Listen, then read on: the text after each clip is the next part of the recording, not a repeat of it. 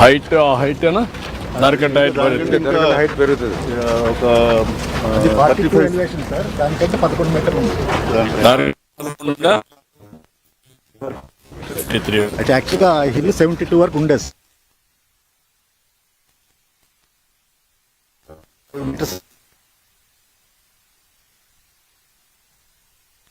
దాని పైకి ఇంకా దాని మీద ఇంకా 11 మీటర్స్ వస్తారు. జాయిన్ చేస్తున్నారు ట్యూబ్ కూడా. సో ఆ ఎలివేషన్ వరకు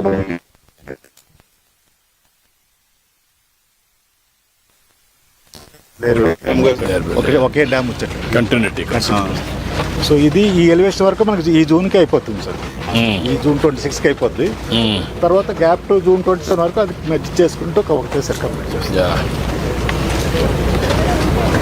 టోటల్గా నీకు కంట్రోల్ ఉందా? ఉంది సార్.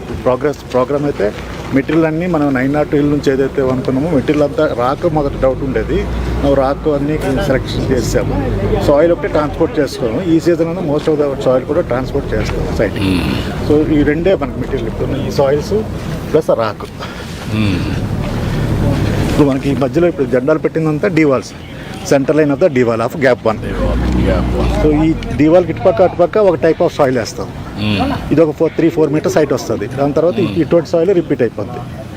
ఈ టైప్ ఇక్కడ పక్కన శాండ్, పక్కన మెటల్, పక్కన రాక్. సో ఇలాగా లేయర్ బై లేయర్ అంతా వేసుకుంటాం. సో ఇది మనం హైట్ చేసుకుంటూ ఉంటాం.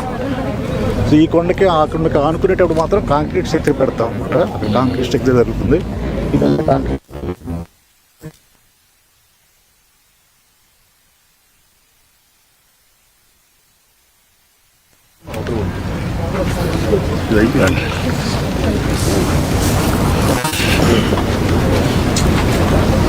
రమ్మ ఏంటా యోజ లాస్ట్ టైం మనకి కవర్ అయిపోయిన పోర్షన్ ఇచ్చేసారు బ్రిడ్జ్ రోడ్ పోయినప్పుడు. సో దీన్ని మనము 15 లెవెల్ వరకు శాండ్తో ఫిల్ చేసేసాం సార్. ఫస్ట్ ఒరిజినల్గా లెవెల్ 25 ఉండేది సార్. ఇదంతా గ్రౌండ్ లెవెల్ 25 ఉండేది. కవర్ అయినప్పుడు ఇది ఇట్లా అయిపోయింది.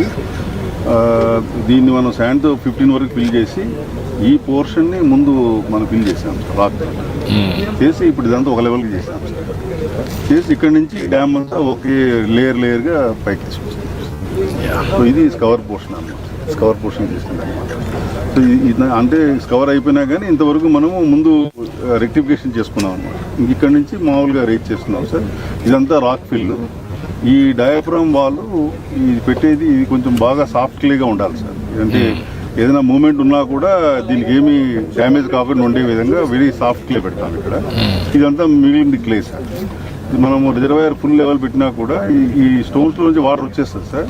ఇది ఫిల్టరు, ఇది క్లే సార్. దీంట్లో నుంచి కిందకు పోనివ్వదు అనమాట. అట్లాగే ఈ డయాఫ్రామ్ వాల్ కూడా రాక్ వరకు ఉంటుంది కాబట్టి కింద నుంచి కూడా ఫ్లో ఉంటుంది సార్. ఈ మొత్తము ఈ మన కోరు ఈ డయాఫ్రామ్ వాల్ కంప్లీట్గా వాటర్ని ప్రివెంట్ చేసేస్తారు. ఇది అది ఓన్లీ స్టెబిలిటీ అనమాట. దీనికి స్టెబిలిటీ ఇవ్వడం కోసం మనం up stream side down stream side rock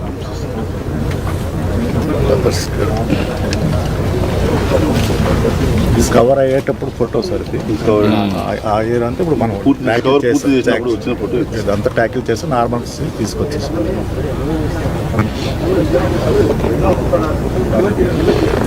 ఆ ఇల్లు 72 మీటర్స్ హైట్ ఉండేది సార్. ఆల్మోస్ట్ పై అంతా 30 మీటర్స్ కట్ చేశారు సార్.